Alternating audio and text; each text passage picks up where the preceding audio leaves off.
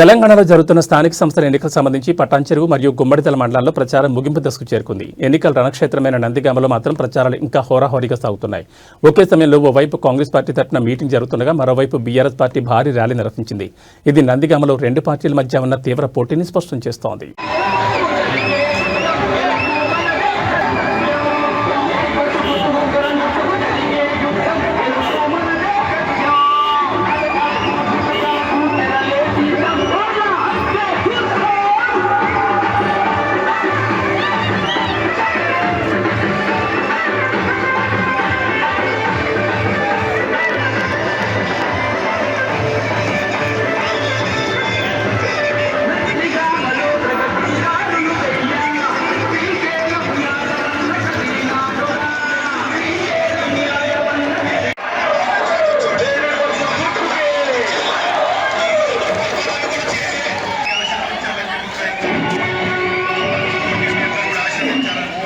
నిగా